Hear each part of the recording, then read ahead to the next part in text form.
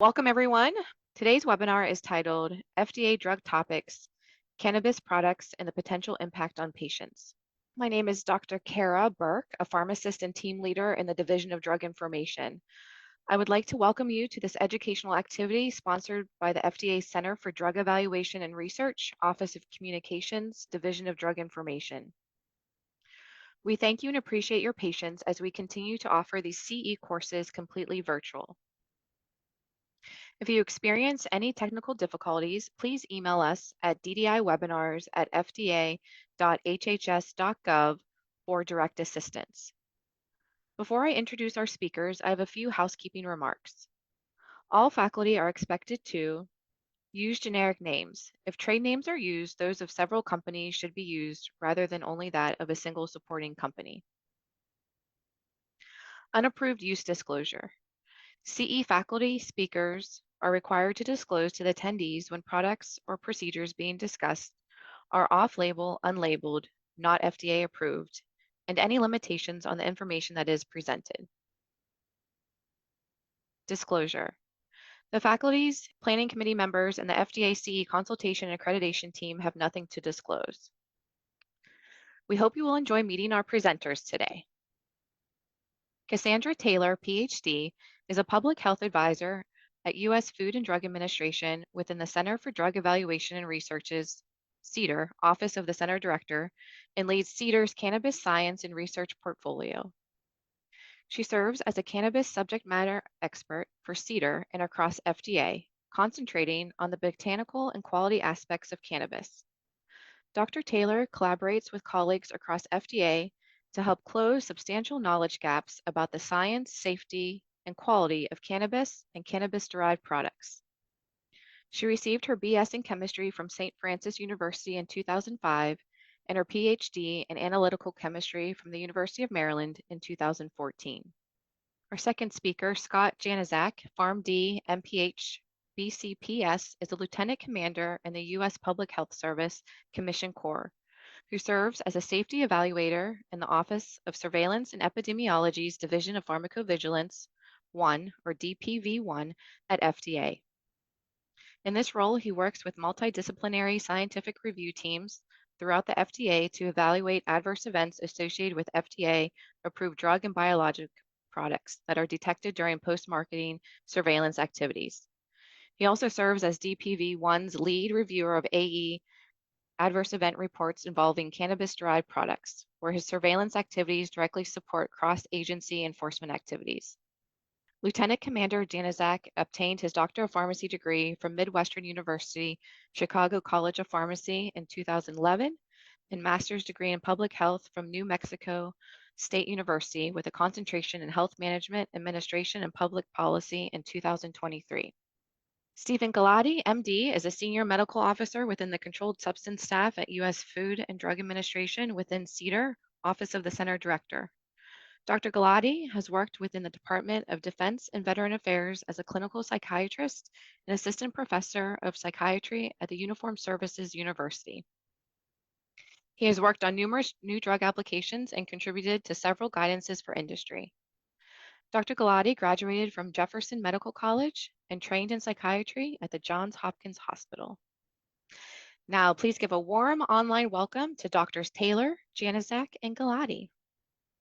Thank you so much, Dr. Burke, and welcome everyone. Thank you for joining us today. We're very excited that you're here.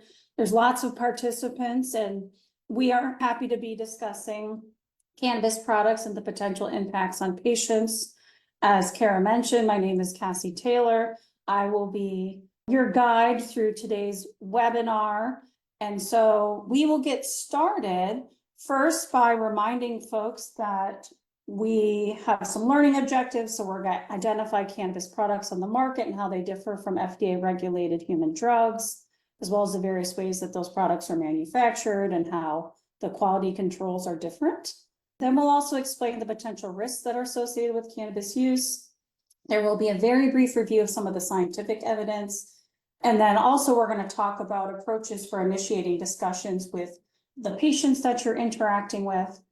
And lastly, we're going to discuss how to submit a voluntary adverse event report or a consumer complaint to the FDA. And we're also going to identify important elements that should be included that will make it a high quality submission. So let's get started. First things first, we had kind of a Cannabis 101, if you will, webinar previously last March. If you still need CE credits, it's available until May 10th of 2026. You can click that first link above. If you've already seen it and you want to revisit it, there is a YouTube link at the bottom that you can access it or share it with other colleagues. So we're gonna do some quick slides on background just so everybody has the same definitions for the words that will be used throughout this presentation. The first one, what is cannabis? Cannabis is a genus of flowering plant.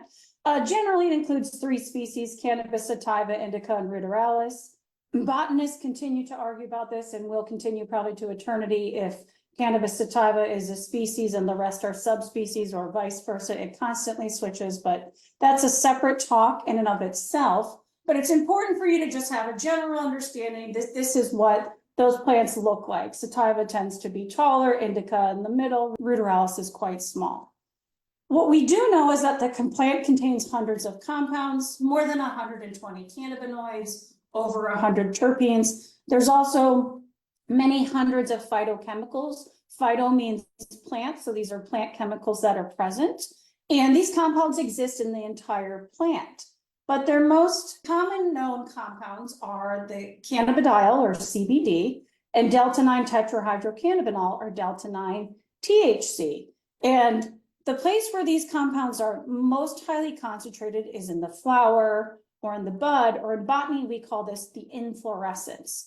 And so you will see there's kind of those little yellow threads at the top. And if you actually zoom in on those little yellow threads, there are these little sticky fingers that are called trichomes. That's where those cannabinoids are most highly concentrated. Even though they're available in the entire plant, this is why that bud, that flower, that inflorescence is often mostly prized when folks are trying to get to those cannabinoids.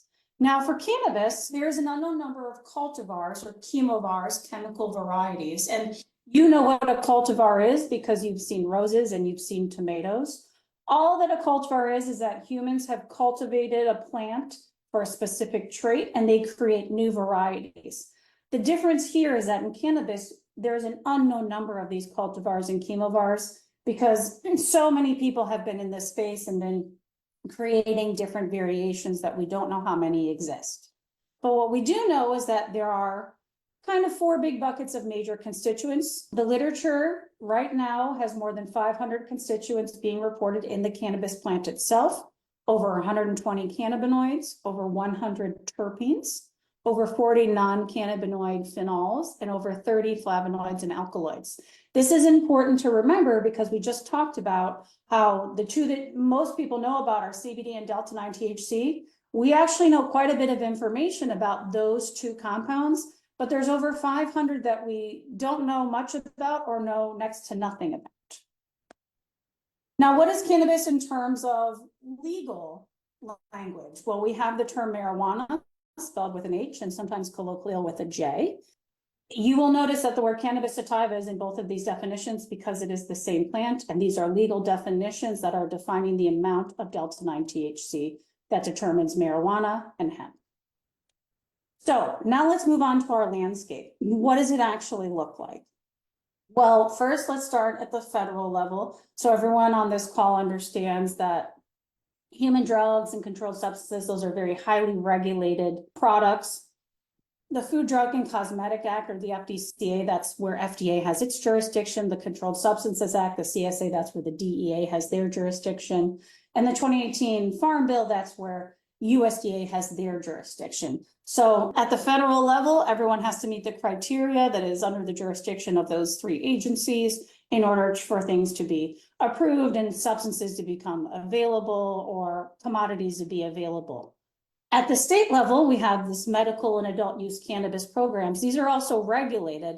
However, they're more of a patchwork. So there's different state laws, different enforcement entities, but they do have common themes and they have best practices that many of them use. Some examples are things like testing and child-resistant packaging and setting up THC limits. And these are generally used across all the programs, even though every single state has different laws in place and different enforcement entities. That's not what happens in the hemp-derived and intoxicating cannabinoid space. That space is largely unregulated and there's very little oversight. So we'll talk more about what that looks like in a few minutes. So starting at the federal level, many of you are already familiar with the fact that FDA has approved 4 human drug products in the cannabis space. We have Marinol, Sesamet, Syndros, the top 3, and those are actually controlled substances, and you can see their control status there. And then we have Epidiolex, which is CBD, that is no longer controlled. And we know that access to these drugs can only come via a prescription written by a healthcare provider. That is the only way for you to access these types of drugs. Now, when we talk about cannabis use at the state level, if we look at the National Conference of State Legislators, we can get an idea of what is available to patients and the public at large. So if we look at the medical use programs as of April of last year, 38 states, 3 territories, and the District of Columbia have medical use cannabis programs. In terms of non-medical, or what we call adult use programs, as of November of last year, there's 24 states, 3 territories, and the District of Columbia have these programs in place. And the third category is low THC and high CBD products. And as of August of this year, there are 9 states that allow the use of those products for medical reasons in really limited situations or as a legal defense. So what does that actually look like? Here is the map of the US. You will see in green, these are states and territories that have both adult use and medical use programs, so people have a lot of access. You will see in yellow, those are states and territories that have comprehensive medical programs only. And in orange, those are places that only have that very limited CBD low THC programs. And you'll notice that there's a lot of yellow and orange in the south. The green starts in the west as well as into Alaska, and it goes across the top of the Midwest and into the Northeast. So people have different access to different types of products. And there are a few states and territories that are actually white, which means that there is no public access. So those groups of people may be wanting to access these products, and so they may have to go into an unregulated marketplace to get access. Now, generally, these state level programs, I'm looking at it obviously from the FDA lens. These products are not lawful under the FDCA. They haven't been evaluated by FDA. They haven't undergone clinical trials. However, there's lots of quality control requirements that our state level regulatory colleagues have that allow them to take state level actions and to have lots of oversight. Some of the products can contain compounds that cause intoxicating effects, so it's important for patients to understand that. Each state program actually regulates the cultivation, manufacturing, and sales of their own products. And those products are sold in state licensed cannabis dispensaries and sanctioned points of sale. And those purchases of those products do require government issued photo ID at the point of sale. And they also use age gating there. This helps protect children and keeps it to adult use, or in the case when you're having medical access, that there is a guardian with the child who is accessing those products. Now, you might be wondering, Cassie, I don't really know the difference between a medical and an adult use program. This is a very overly simplified version because every state has a slightly different pathway, but this is the general pathway to get access to these 2 types of programs across the states. So if you want to access a medical cannabis program, you are required to register with the state regulatory body, so whatever their cannabis commission is. And the patient needs to have what's called a qualifying medical condition that's accepted by the state program. The states have a list of these conditions. Some states have longer lists than others. An example, often there's chronic pain on that list. So let's say you're a patient with chronic pain, you have to actually go see a healthcare provider that is also registered within that state medical program and their cannabis commission. And they need to authorize you access to the medical cannabis program in that state for that specific qualifying medical condition. Once all of that is done, you can get access through a medical cannabis program to various formulations, doses, and strengths. These vary greatly from state to state. And it's just a reminder that these products have not been shown to be safe and effective under the Food, Drug, and Cosmetic Act for any of the clinical indications that may be listed as qualifying conditions. Now, for adult use program, to get access, you don't have to register with the state. You don't have to have a qualifying medical condition. You do not have to see a healthcare provider to gain access. There is a wide variety of products. Often these are ones that do have the intoxicating effects. And there is also limits on the amount of cannabis that adults can actually possess. So these are the general ways that these two programs are different. And I had talked about how the states have these different tracking systems. They're often referred to as seed to sale. This is a very, very generalized, simplistic version of what a seed to sale system is. Think of it as a database that collects lots of pieces of information along every step of the way. And so many state programs have these in place. And how they generally work is, what's a happy little cannabis seedling pops up, it gets a tag, think of like a scanner tag that you have at the grocery store, it gets scanned and it goes into that database. That information has things on the cultivar, the grower, harvest, growing conditions, all those sorts of things, how things get dried, how long were they dried. And then once that plant becomes dried, it then may move to a manufacturing facility. Once your plant moves to the manufacturing facility, you'll have information on the firm and the location and any formulations that that plant enters into. And then once it's in its final product formulation, you get another tag added on. So it's tracking all the way back to when that plant was first started as a little seedling. And then you have to meet the testing criteria for that final product in order for you to go into the regulated dispensaries. Once you meet that testing criteria, you can get distributed to your sale locations, and regulators can track sales and inventory, adverse events, etc. And the great part about this system is that our state colleagues have the ability with the click of a button to stop the sale of any single product or a product from one firm. Let's say maybe the firm had a fire or something and they need to just stop sales to ensure all products are safe for the public. Once that safety check is done, they can release those products back to the public for sale. So it's a very useful system that helps with their quality management. And the quality control is a part of the state programs and the medical and adult use programs that is very important. And it's a reminder to you that these programs are intrastate markets. So I live in the state of Maryland. Maryland products are grown here, manufactured, regulated, and sold only in Maryland dispensaries. Every state has different quality controls, but in general, there's always requirements for cultivation, manufacturing, testing, and they use those seed to sale systems we just talked about. On the right, you can see a figure from a publication my colleagues and I put out in 2022, where we assessed what was in the statutory language for these medical cannabis programs, and almost everybody's testing the same sorts of things: cannabinoids, pesticides, micro, heavy metals, residual solvents, which is wonderful. But everyone sometimes uses different methods and different criteria. So that's what kind of contributes to that patchwork we had talked about. But states are still able to take action. So if there's a quality control issue, they can do a recall, they can do track adverse events as needed. The difference between the medical and adult use programs, which are intrastate markets, and this hemp marketplace, is that these hemp-derived intoxicating products are interstate markets. So that means that they're going across state lines, and again, largely unregulated. And so these sales are occurring across multiple states, oftentimes online, and they don't have this seed to sale system that we had talked about. So it really makes regulatory actions quite difficult. Again, these products are not lawful under the FDCA, but due to the fact that they're largely unregulated, there's tons of challenges with state oversight due to this interstate commerce issue. Many of the products contain compounds that were converted from hemp-derived CBD or from chemical synthesis.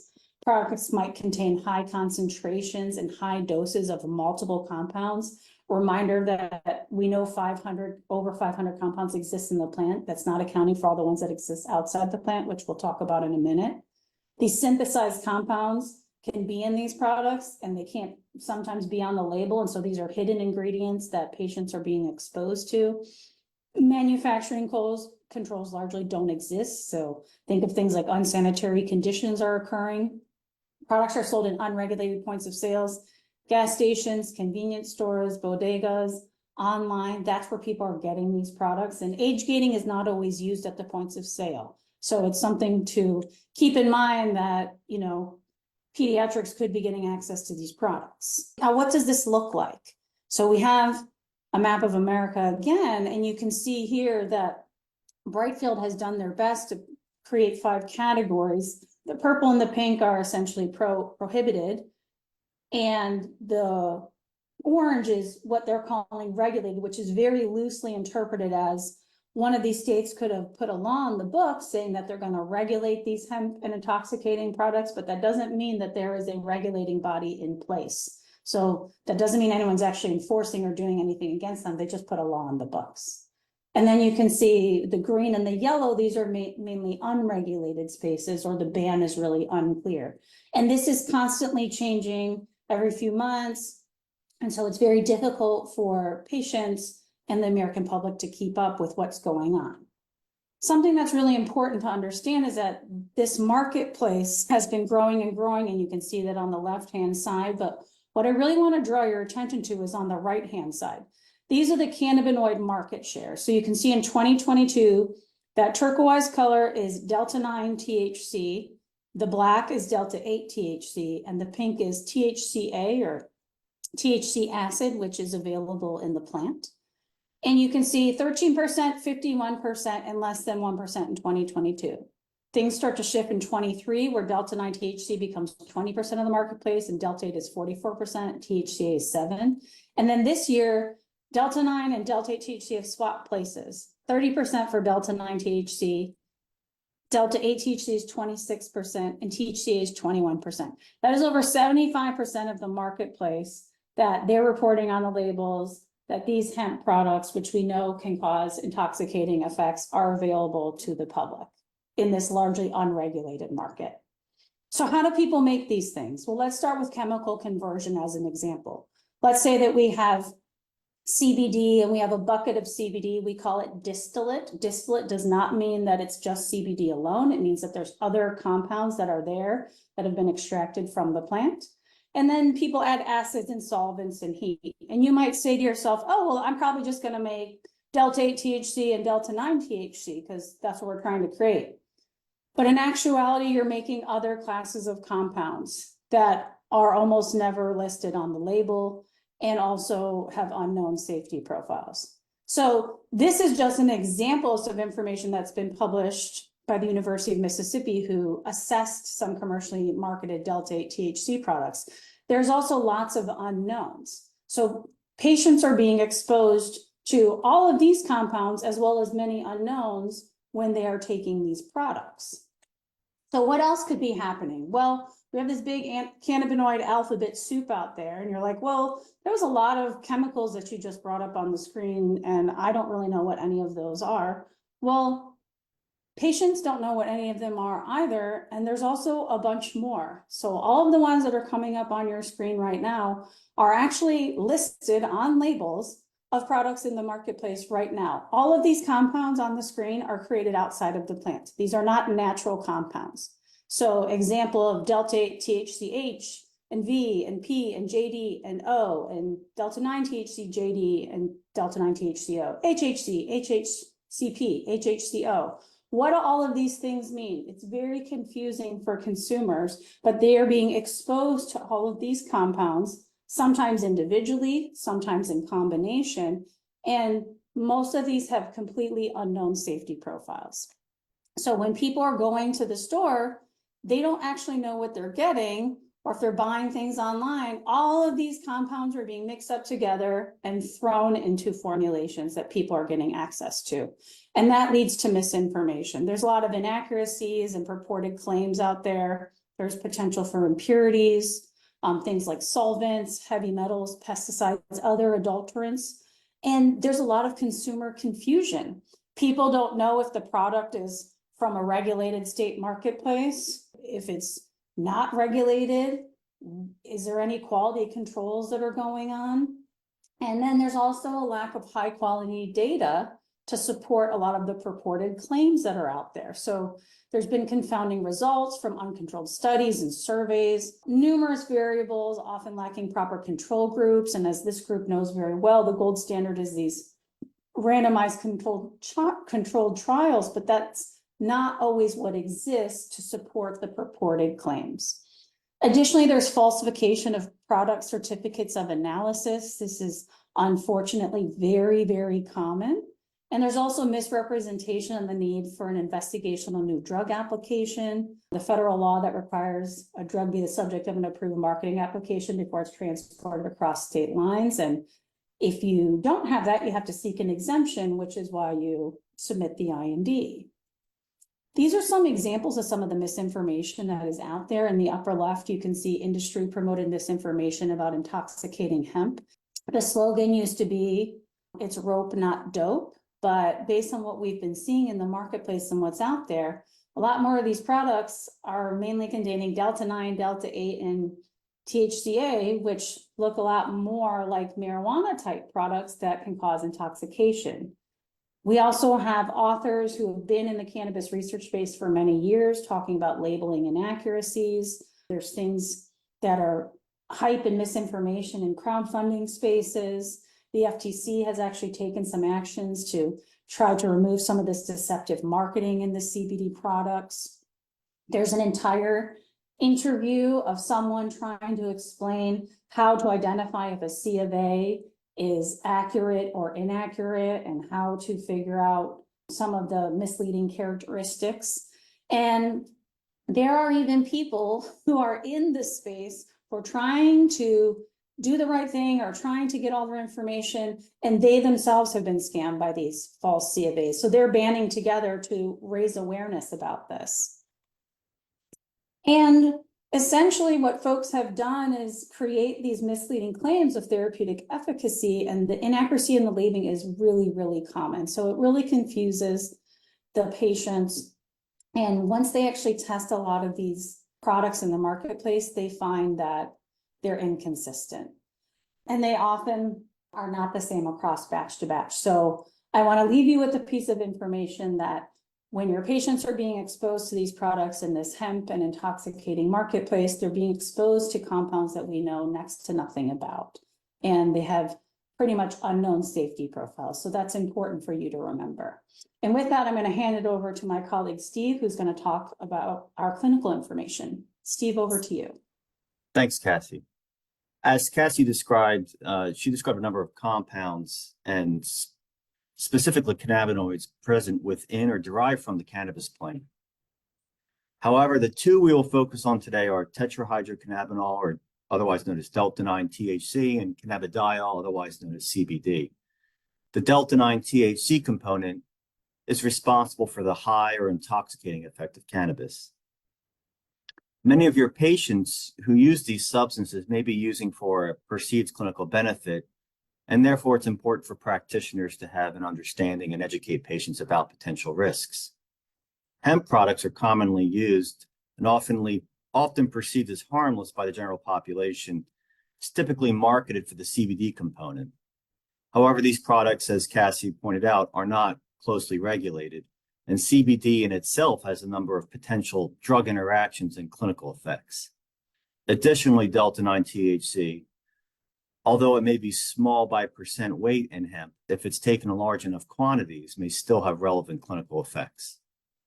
Although cannabinoids act on a number of receptors, a very simplified version of this today will focus on the endocannabinoid receptors.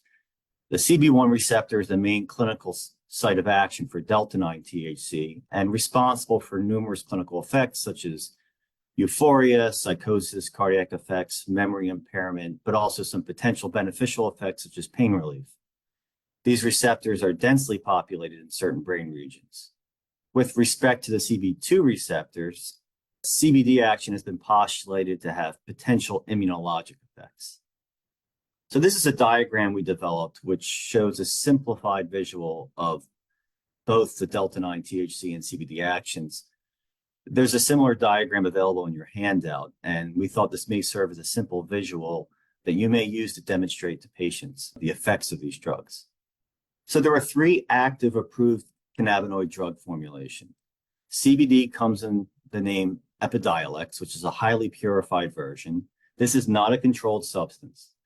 Dronabinol is a synthetic form of Delta-9 THC, and Nabilone is a synthetic analog of Delta-9 THC. Both of those are controlled substances. Of note for this slide, I'd like you to see that there are these approved indications are very narrow indications at this time. The next few slides will describe some very basic cannabinoid pharmacology. When describing pharmacokinetics, we're going to be discussing how the metabolism of the drug and how it works and how it may relate to organ function as well as potential drug-drug interactions. The pharmacodynamic effects are related to the actual action of the drug in the human body, such as through receptor binding. CBD is heavily metabolized in the liver and affects several hepatic enzymes and thus has potential for drug-drug interactions. Delta-9 THC, when taken orally, has an extensive first-pass metabolism. Its peak effects are around 1.5 to 3 hours, and it has about a 7-hour duration. This is relevant clinically because users may redose because they did not achieve the desired effect fast enough, and then they may accumulate and have cumulative effects. The inhaled Delta-9 THC avoids the first-pass metabolism, has a quick onset within minutes, and achieves higher concentrations than the oral form. So these next few slides were developed in coordination with one of our clinical pharmacologists. There's a lot of detail on in these slides, but you'll have access to them, these slides after and a recording after this presentation. But the most of the information you see here is based on the approved drug label of the CBD and synthetic D Delta-9 THC formulations, unless you see a specific reference. This is not to state that these are specific contraindications. The purpose of these slides is to demonstrate that there are a number of drug-drug interactions that are relevant. And for example, in this slide here, you could see that warfarin and diazepam that may be encountered in a primary care clinic. And it's worth noting that CBD may raise the levels of these drugs, which could lead to potential side effects and concerns. Here are some additional interactions also of note that might be seen commonly in the clinic. Could be something like sildenafil or lamotrigine. Both of those drug levels could potentially be elevated. So this slide shows the pharmacodynamic effects of CBD. For example, an important clinically relevant effect is CBD has potential inflammatory effects in the liver. Therefore, if combined with another drug that has potential hepatotoxicity, caution is warranted. The Delta-9 THC drug interactions are less well characterized.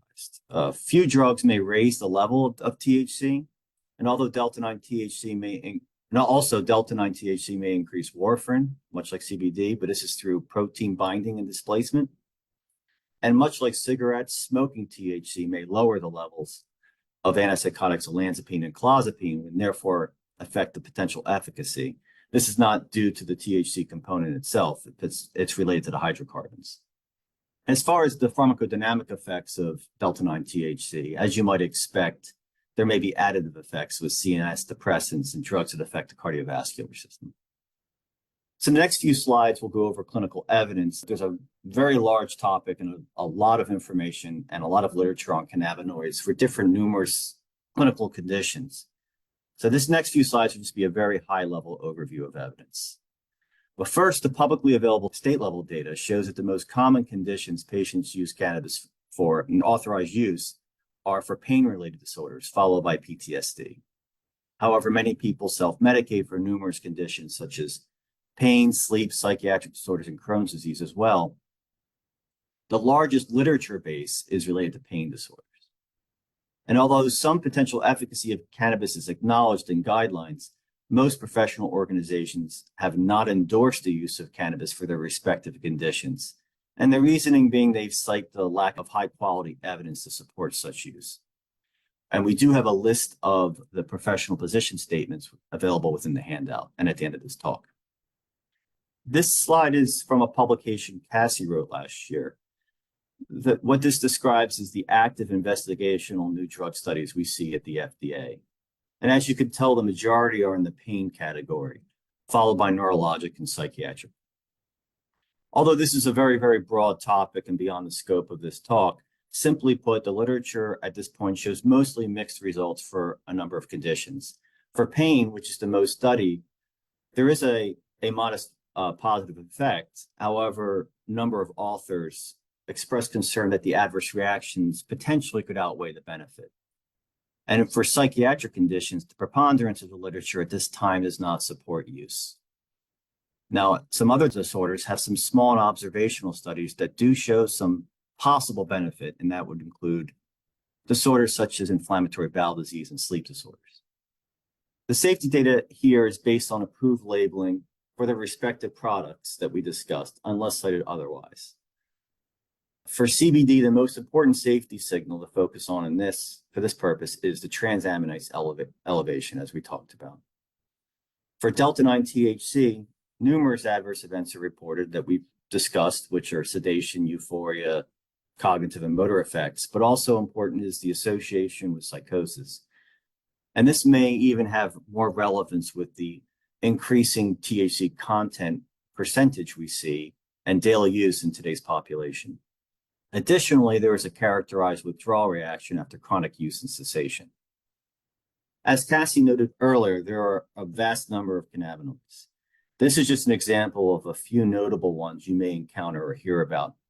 The important thing is that we do not have a great deal of information on these drugs, including limited information on their potential clinical effects.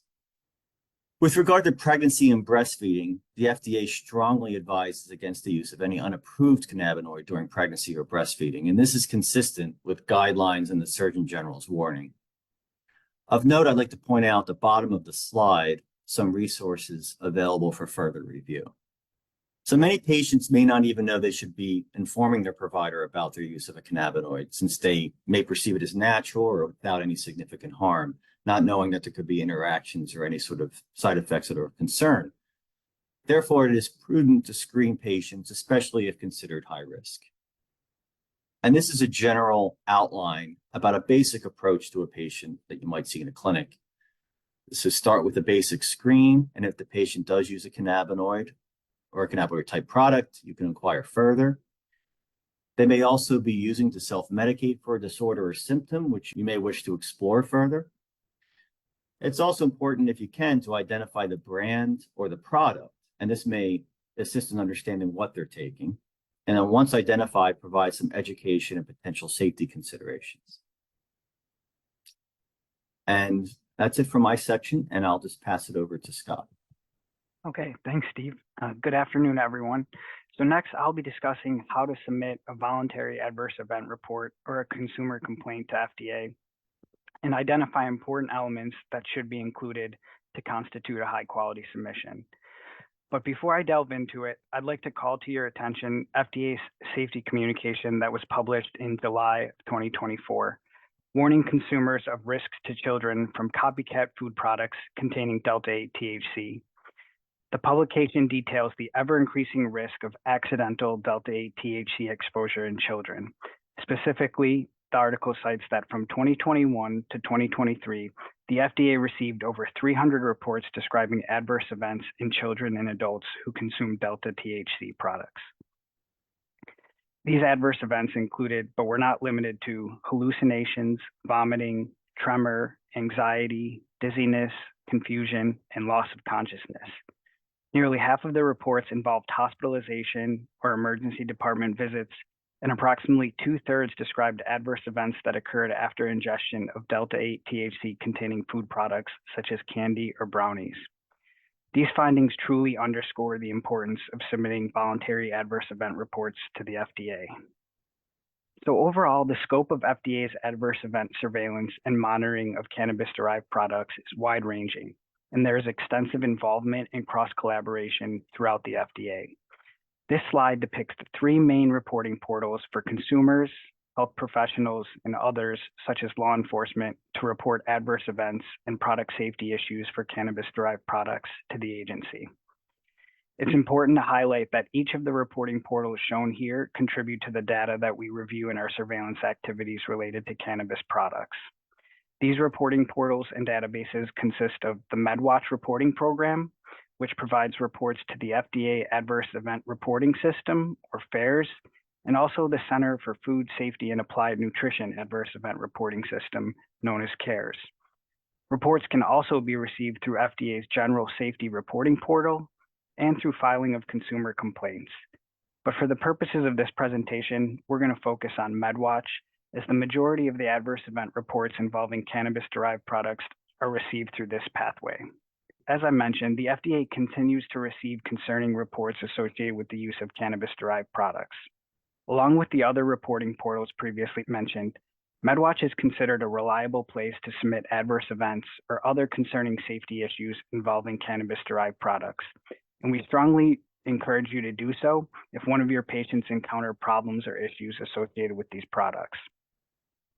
Online reporting is the quickest and most direct route to submit a report to MedWatch, and you can find the website to the reporting portal on this slide. If you'd prefer, however, you can download the form and either mail or fax it in, or call a dedicated 1-800 number to submit your report to an FDA representative. Know that anyone can report to MedWatch, and there are different forms depending on who is doing the reporting. Form 3500, which is highlighted in the green box on this slide, is the form designated for health professionals. We encourage you to submit reports to MedWatch pertaining to adverse events or experiences, product quality issues, or other product safety concerns involving cannabis-derived products, such as confusing or misleading product labeling. For a report to be accepted and transmitted to FDA, there are 4 required components needed. There has to be a patient identified, an event or problem, a product, and a reporter.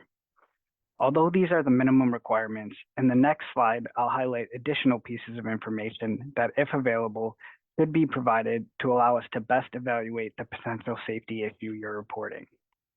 So although, as I previously mentioned, there are only 4 required components needed for your MedWatch report to be accepted by FDA, I'd like to emphasize inclusion of the additional pieces of information listed here on this slide, as it'll best allow us to evaluate the potential safety issue being reported. If available, providing information such as the product labeler or manufacturer, place of purchase, and pictures of the product packaging are especially helpful for our further investigation for issues involving cannabis-derived products. Also, FDA recognizes that confidentiality is an important concern in the context of adverse event reporting. The patient's and reporter's identity is held in strict confidence by FDA and protected to the fullest extent of the law. Given this, we highly encourage you to enter additional contact information, such as a contact phone number or email address, as it's very helpful in cases where additional follow-up information may be needed.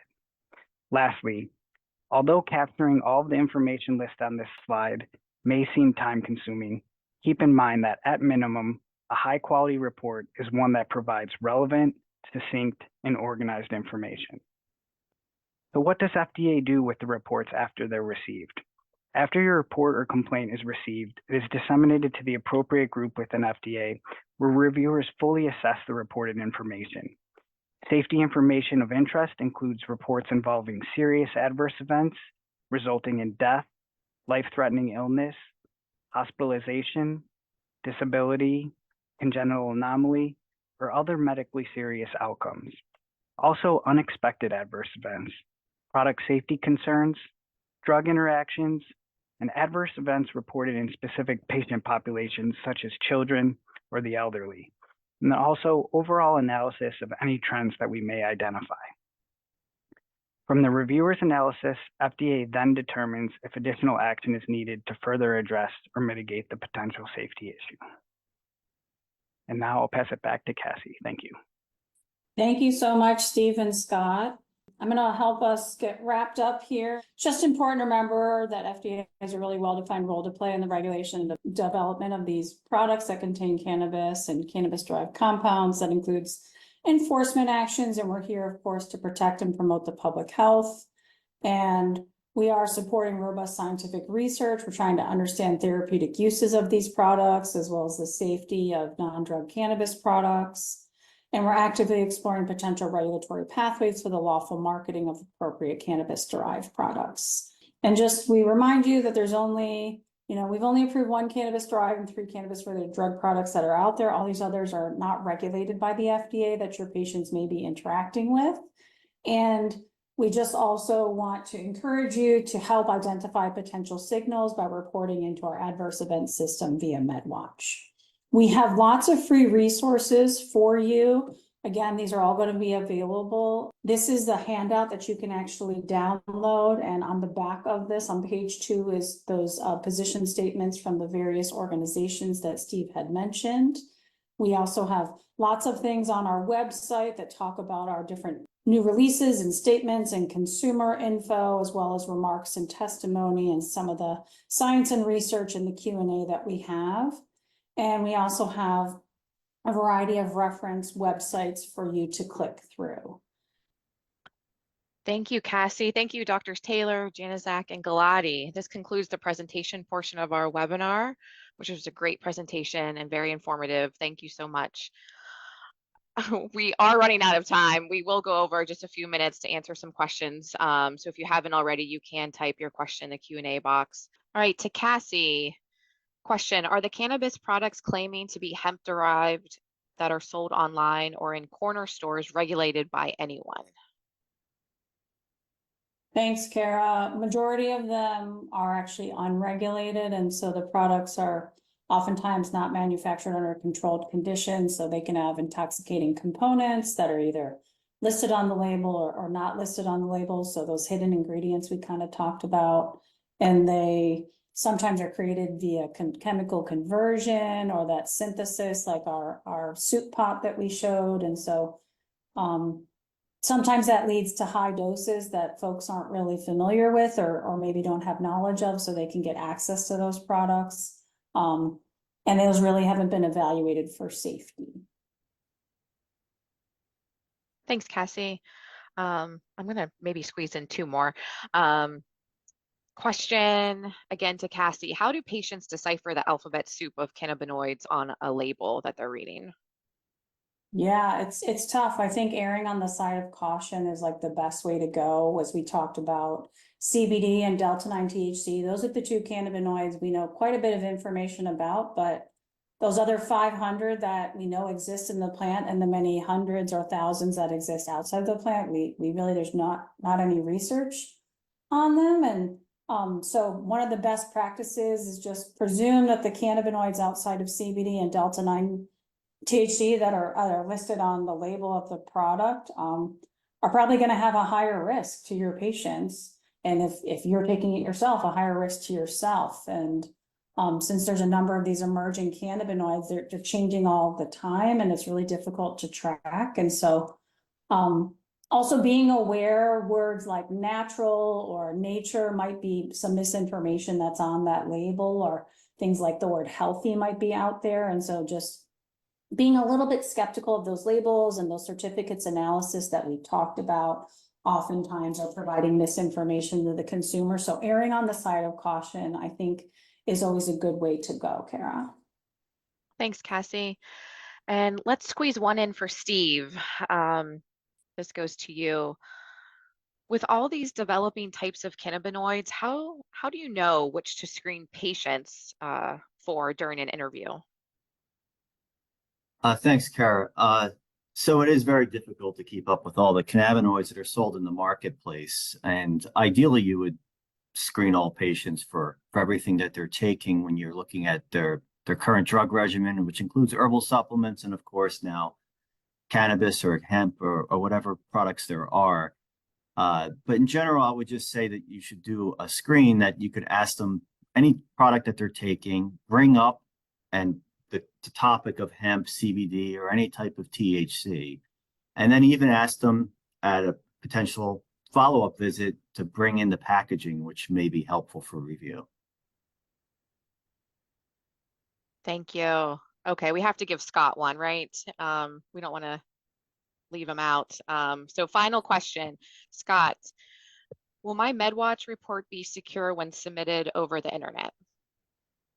Sure, thanks, Kara. Yeah, so the MedWatch online application uses encrypted software.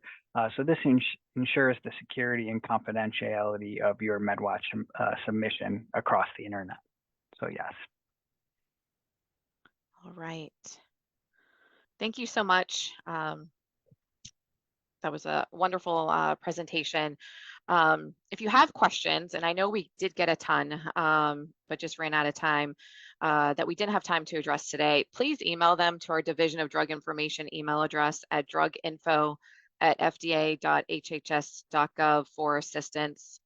And if you need more CEs for your license renewals this year, please check out our list of home study CE webinars at www.fda.gov/DDI webinars. This concludes our activity for today. The FDA appreciates your participation in this webinar, and we hope that you will join us again in the future. Thank you again for attending, and please stay safe and healthy. Take care.